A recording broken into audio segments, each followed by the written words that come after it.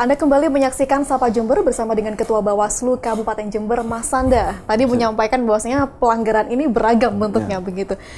Beberapa waktu yang lalu juga sempat terjadi keributan begini ketika sebuah giat senam di Desa Semboro itu dibubarkan oleh kepala desa dengan alasan bahwa tidak memenuhi izin. Penyelenggara ini tidak melakukan izin terlebih dahulu. Dan itu sempat dilaporkan kepada Bawaslu. Selengkapnya seperti apa? Terkait salah satu kades di Kecamatan Semboro, laporannya sudah masuk ke kami. Ini juga masih proses juga di kami, karena juga laporan kami juga banyak ya. Jadi antri dulu lah, jadi prosesnya antri dulu karena banyaknya laporan di kami. Itu pasti nanti kita klarifikasi, karena yang didugakan itu adalah salah satunya adalah pidana pemilihan juga gitu kan. Yang disangkakan di sana adalah Kades Semboro ini melanggar pasal 71, kemudian dia berimbas di pasal 187 188, yaitu adalah menghalang-halangi kegiatan kampanye. Nah, itu ada pidana pemilunya juga. Makanya kita nanti pasti akan melakukan klarifikasi, dalam waktu dekat akan melakukan klarifikasi terkait pelanggaran yang dilakukan oleh salah satu kepala desa di Kecamatan Semboro. Berarti ketika dikatakan tadi tidak memenuhi izin, sebenarnya sudah melakukan pemberitahuan dan itu cukup? Kalau di PKPU sendiri, di PKPU sendiri yang terkait aturan main terhadap kampanye itu, pemberitahuan itu cukup ke pihak kepolisian. Yang letterlek ya, maksudnya yang tertera di sana gitu kan. Yaitu adalah pemberitahuan ke pihak kepolisian terkait kegiatan kampanye gitu kan. Kalau memang ini kegiatan kampanye, diberitakan adalah kegiatan kampanye. Karena kegiatan kampanye itu metodenya banyak. Salah satunya bisa dalam bentuk perlombaan, dalam bentuk senam atau apapun lah itu, dalam bentuk kegiatan lainnya. Itu diperbolehkan. Senyampang itu ada pemberitahuan ke pihak kepolisian. Nah ini yang harus kami perdalam lagi, harus kami kaji lagi. Kalau kami sampaikan belum ada kajian, ini masih terlalu dini juga gitu kan. Nanti kami disangkakannya adalah menjustis orang, tapi kita harus melakukan kajian, kita harus melakukan klarifikasi juga kepada pelapor, kepada terlapor, kepada saksi-saksi yang disampaikan ke kami. Kemudian alat-alat bukti yang disampaikan ke kami juga, kami akan melakukan kajian itu, kami akan melakukan klarifikasi. Jadi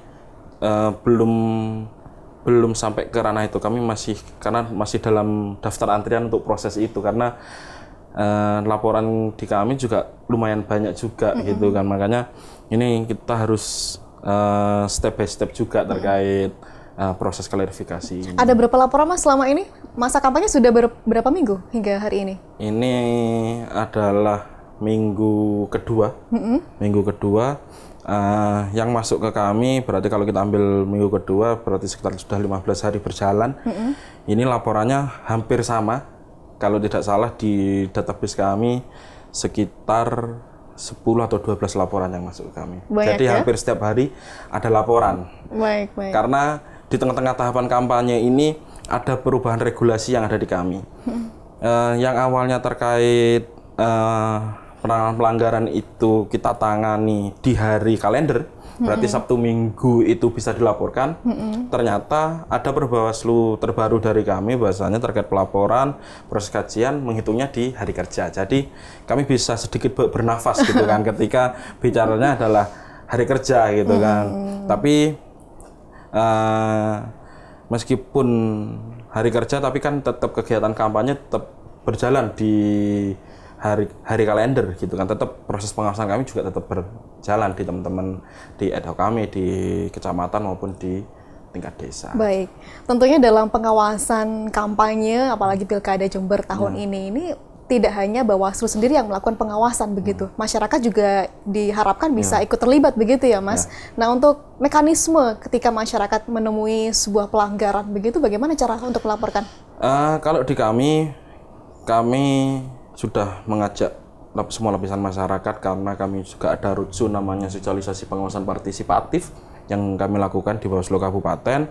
Nah, kalaupun ada masyarakat yang mengetahui terkait pelanggaran terkait di masa kampanye ini, masyarakat bisa melakukan dokumentasi dalam bentuk foto, dalam bentuk video, dalam bentuk voice recorder. Nah, itu kemudian dilaporkan ke pengawas kami. Kalaupun terlalu jauh misalnya, dugaan pelanggarannya ada di Sumber Jambe nih, kita bukan Sumber Jambe. Kalau mau ke kabupaten kan juga terlalu jauh. Jauh sekali. Bisa dilaporkan ke teman-teman pengawas tingkat kecamatan kami. Oh, baik. Yang ada misalnya di Sumber Jambe, itu bisa. Nah, pelaporannya karena sekali lagi ya ada perubahan regulasi yang ada di kami kan juga ngikuti regulasi juga. Kemarin kami sampaikan bahasanya laporan itu 24 jam. Teman-teman kami yang ada di pengawas tingkat kecamatan itu kami standby kan 24 jam awal. Karena bunyinya adalah hari kalender. Hari kalender itu tanggal berapapun, meskipun itu tanggal merah, jam berapapun, itu boleh melaporkan. Nah, hari ini regulasinya ada perubahan gitu kan. Ada perubahan bahasanya laporan itu bisa dilakukan di jam kerja. Senin sampai Kamis itu jam 8 sampai jam 4 sore, kemudian hari Jumat jam 8 sampai jam setengah 5 sore.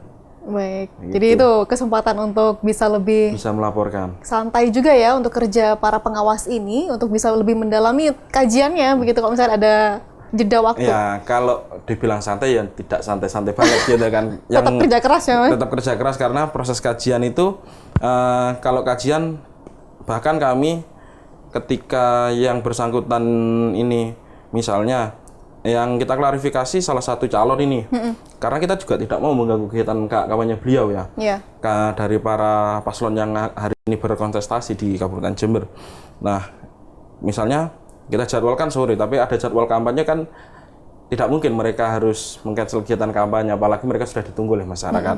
Nah, pasti ada paslon yang menyampaikan, Mas, gimana kalau sebelum saya melakukan kegiatan kampanye, jam berapa misalnya bersisa Mas, atau misalnya pagi sekali.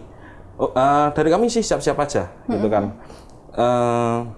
Yang jelas itu masih dalam koridor hari itu masih adalah proses untuk kajian dan untuk proses klarifikasi. Baik. Nah, tadi Mas Sanda sempat menyinggung bahwasanya kampanye ini ragam begitu ya caranya, termasuk di media sosial yang begitu gencar hari ini. Nah, ada pengawasan khusus untuk bagaimana proses digital soal kampanye ini? Di kami ada namanya yaitu terkait patroli cyber. Nah, patroli cyber, jadi kami setiap hari terkait media sosial di beberapa platform ya, misalnya TikTok, Facebook, Instagram, Twitter, itu kan melakukan patroli cyber. Namanya patroli cyber, pasti kami teman-teman sekretariat kami ya, kami jadwalkan setiap hari untuk bisa berselancar di media-media sosial. Oh, gitu. Baik. Ya, berselancar di media-media sosial.